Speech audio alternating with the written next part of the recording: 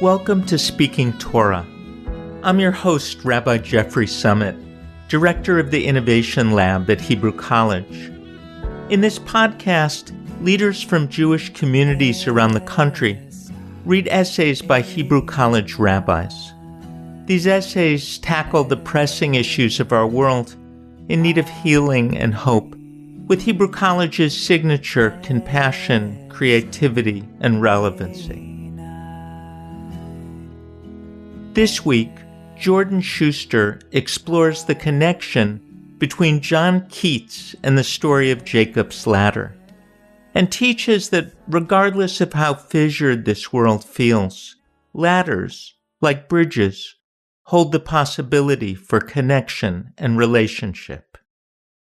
Rabbi Jordan Schuster was ordained at the Rabbinical School of Hebrew College in 2018, where he currently teaches courses in Mishnah, Tanakh, and Chassidut. We asked Rabbi Sharon Cohn-Anisfeld, president of Hebrew College, to read Jordan's essay. Sharon became president of Hebrew College in July 2018, after serving as dean of the Rabbinical School from 2006 to 2017. Previously a Hillel rabbi at Tufts, Yale, and Harvard, and a faculty member for the Bronfman Youth Fellowships in Israel, Sharon is passionate about inviting her students to be creative participants in the ongoing dialogue through which Torah is revealed and renewed. Now here's Sharon reading Jordan's essay, Vertical Ladders of Sky, Horizontal Ladders of Earth.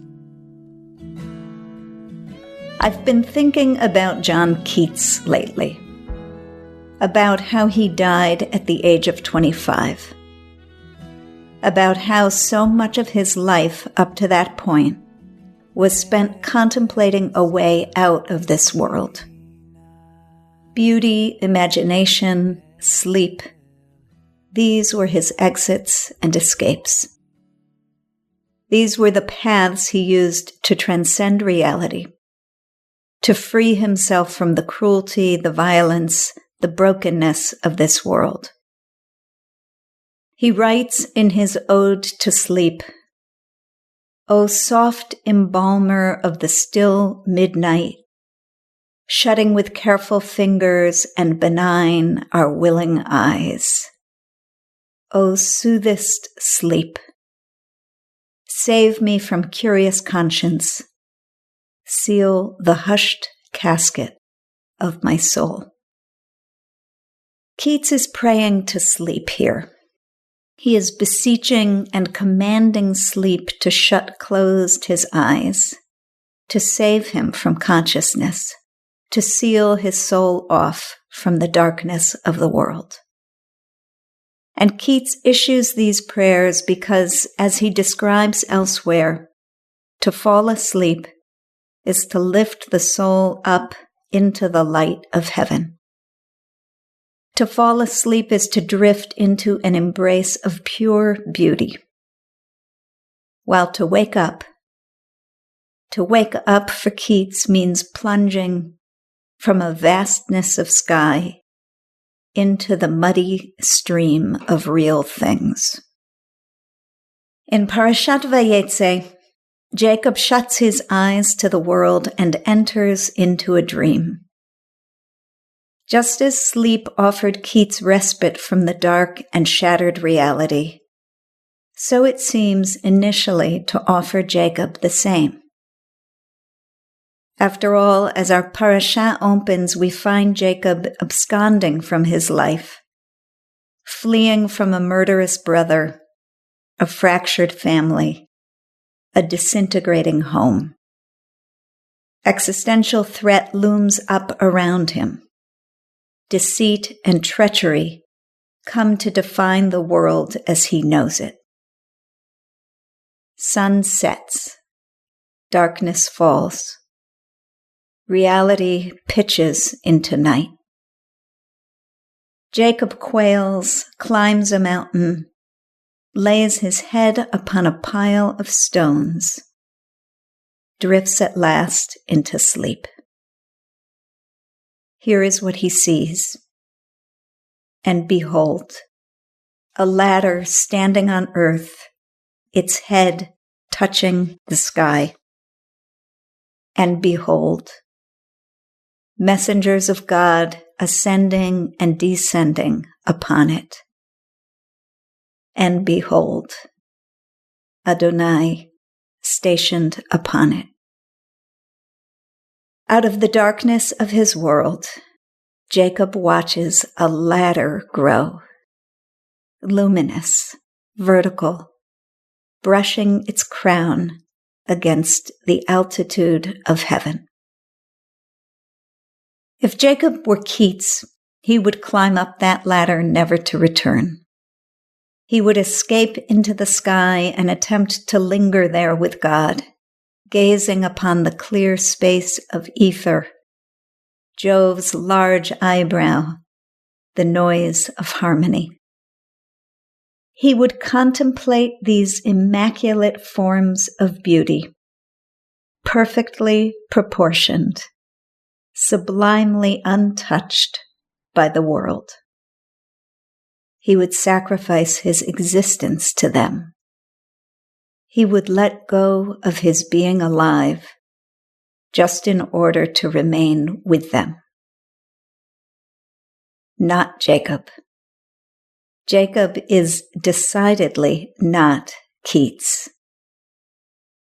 When Jacob beholds a ladder spanning out between heaven and earth, what seems to compel him most is not what stands at the other end of the ladder. Rather, what seems to compel Jacob most is the sheer fact that such a ladder exists, binding the aching complexity of this world to the starlit transcendence of a world beyond. What seems to compel Jacob most, in other words, is the way his ladder helps him to identify an inextricable connection between the imperfect and perfect, the human and divine, our world and God's. Jacob's ladder teaches Jacob about how entwined heaven and earth actually are. The Tanakh's presentation of Jacob's ladder as a bridge that links worlds together is stunning. But perhaps even more stunning is what Rashi does to the image. The foot of Jacob's ladder stood in Beersheba, its middle slanted into Jerusalem, its head was in Beit El. Instead of seeing Jacob's ladder as vertically stretching out from earth to sky, Rashi rotates it by 90 degrees. He spins it on its side, and as a result, it no longer serves to link this world to the next, but this world to itself. If Keats's ladder offers an escape into a realm of divinity, if the Tanakh's ladder scores divinity as being indissolubly linked to our own world, Rashi's ladder surfaces how even the most ruptured of relationships are still somehow connected.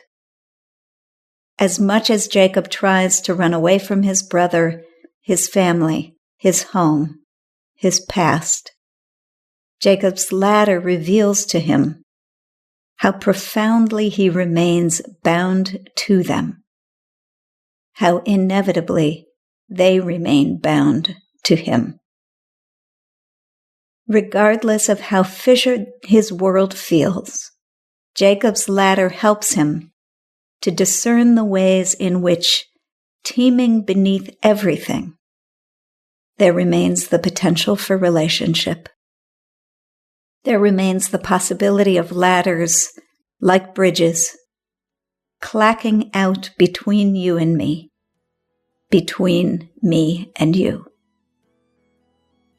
To see these connections, to illuminate them in the midst of so much dark division, is to wake up, is to reconsider the world, is to exclaim with Jacob, yes, God is in this place.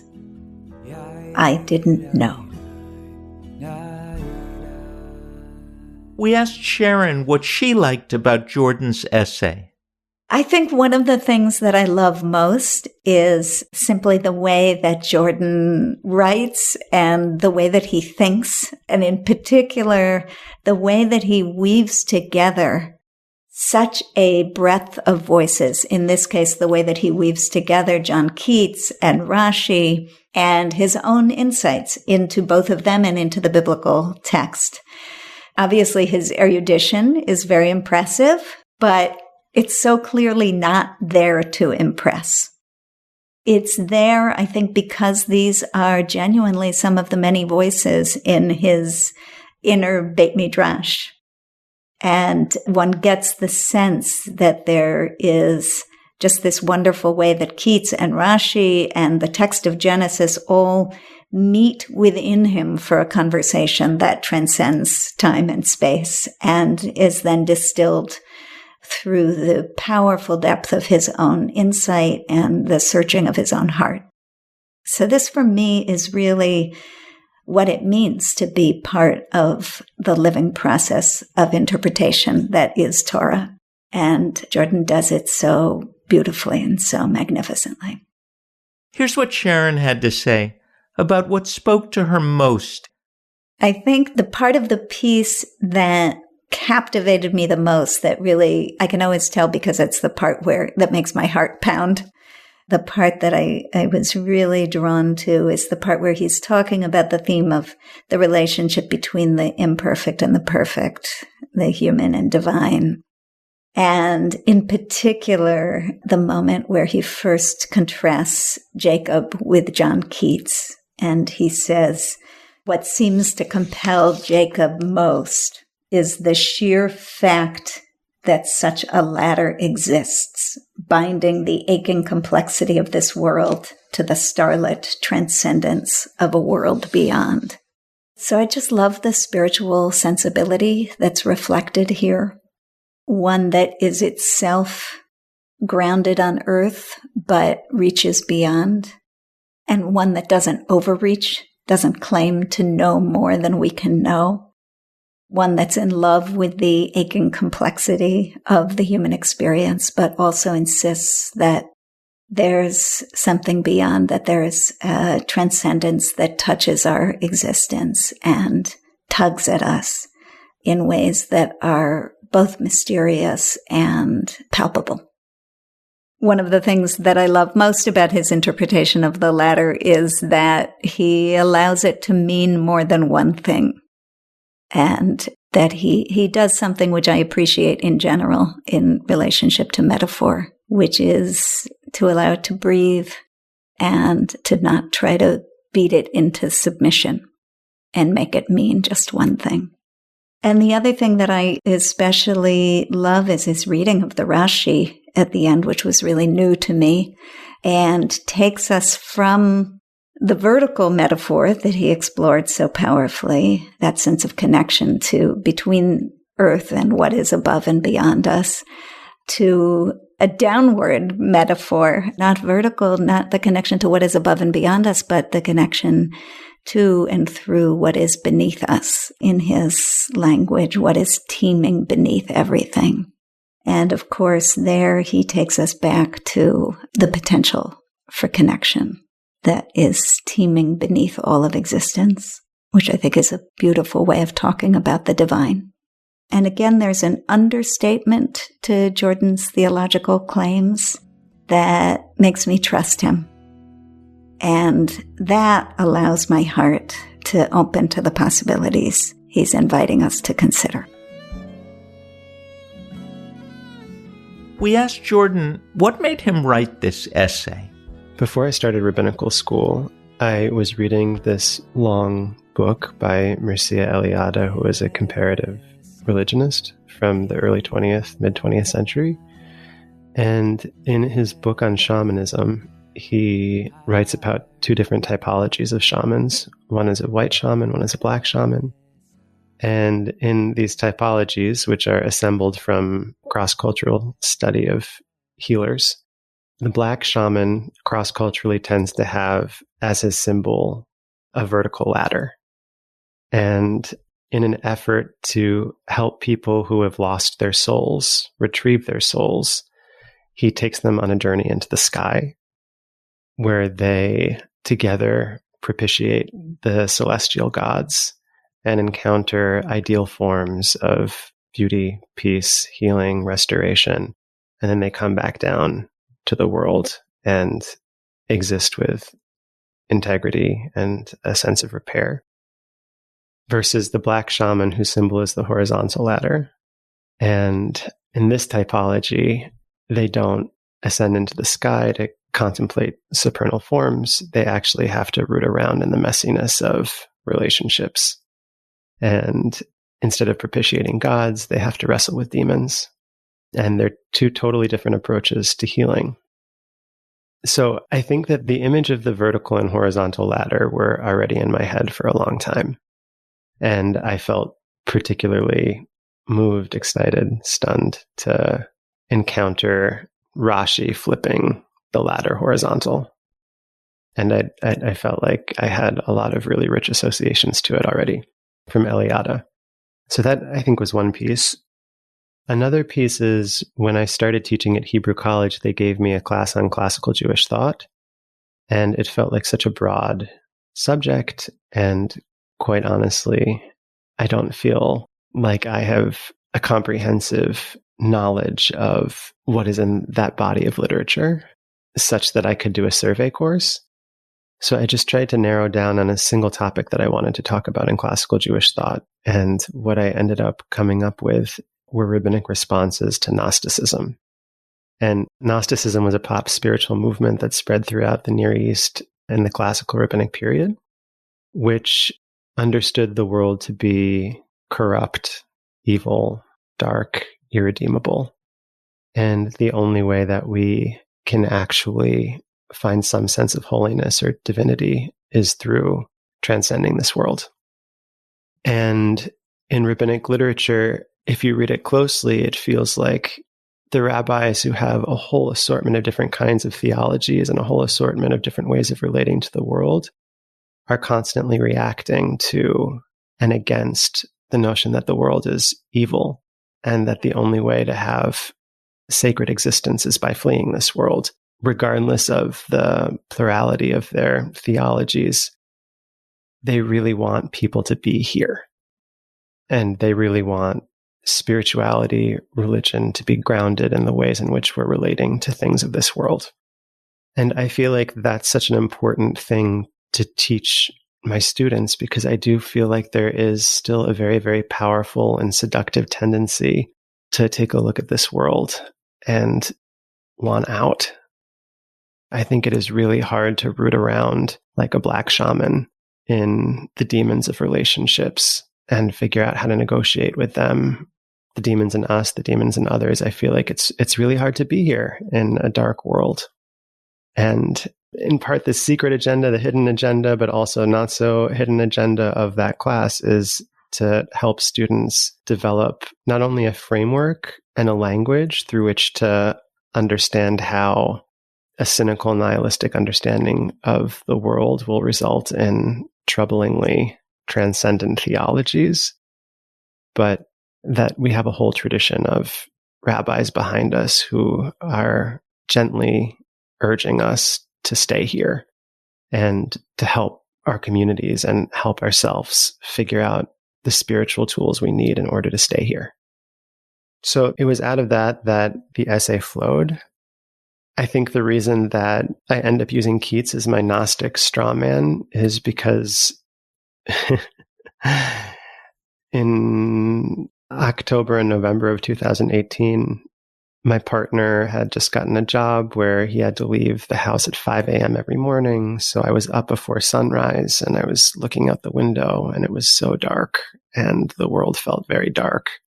And in a non-rational way, I just pulled Keats off my bookshelf and kept reading and reading and reading every morning. It became a kind of strange spiritual practice. And even though something in me was magnetized to Keats and felt like I really needed to understand him, and moreover, swim around in the richness of his imagery, another huge part of me was aware that it's that kind of thinking the rabbis were really scared of.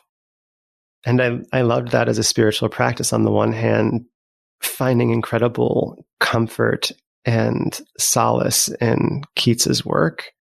And on the other hand, recognizing that, an hour later after the sun rose, I would have to go in and teach a class about rabbinic responses to Gnosticism. It was a really salubrious tension, I think. It felt healing. It felt healing to get Gnosticism, feel drawn to Gnosticism, and then locate myself in a community where we were creating the kinds of relationships, the only kinds of relationships that can actually ground us enough in this world to keep us from surrendering to Keats, surrendering to the Gnostics. Here's what Jordan had to say about the essay's relevance to today. When I reread the article today, I realized that there has been a significant shift over the last 2 years for me, most specifically around the way in which the Tanakh and Rashi imagine Yaakov having to do the work of inverting the ladder alone. Can a single person actually confront and repair really difficult relationships without having a support system? And I think yes, but I also think so much help is needed. And when I read the piece now, as a result of actually working within the context of an institution for 1.5 years, I realize how important institutions are in creating structures that enable difficult relationships to be worked through. And here's what Jordan said about Sharon reading his piece. It's incredibly meaningful for me to have Sharon reading this because while I was a student here, she always modeled to me a really profound way of being in the weeds with people, of being in relationship to people, of entering into hard places with people and allowing them to transform within the context of a relationship one-on-one. That was always really, really clear to me. That was always profoundly inspiring to me. That is one of the core reasons I ended up coming here. I think after I joined the faculty, I also started to appreciate in a much profounder way the way that Sharon is also a model for coalition building. She's a model for coalition building. She's a model for community building. And I think, at the very least, that's equally important to one-on-one relationship building. I think in a lot of ways it ends up being more important because I don't think that we can enter into hard relationships alone. I do think that one of the gifts that institutional structures can give to people is a vast array of thinking and supports that enable communication between people who oftentimes can't communicate. And I think Sharon is really exquisite at that, sort of developing groups of people who can work together to invert the ladder, in addition to being incredibly gifted at doing it one-on-one. Thank you for joining us for this episode of Speaking Torah. We want to thank Emily Hoadley for our logo, and Hebrew College rabbinical student and composer Jackson Mercer for our theme music, Esa Einai. To learn more about Hebrew College, please visit hebrewcollege.edu/podcast. And remember to subscribe, like, and rate Speaking Torah on Apple Podcasts, Spotify, or wherever you listen to podcasts. We'll leave you this week with Psalm 116, composed and performed by Hebrew College graduate Rabbi Ariel Rosenberg. I'm your host, Rabbi Jeffrey Summit. See you next time for Speaking Torah.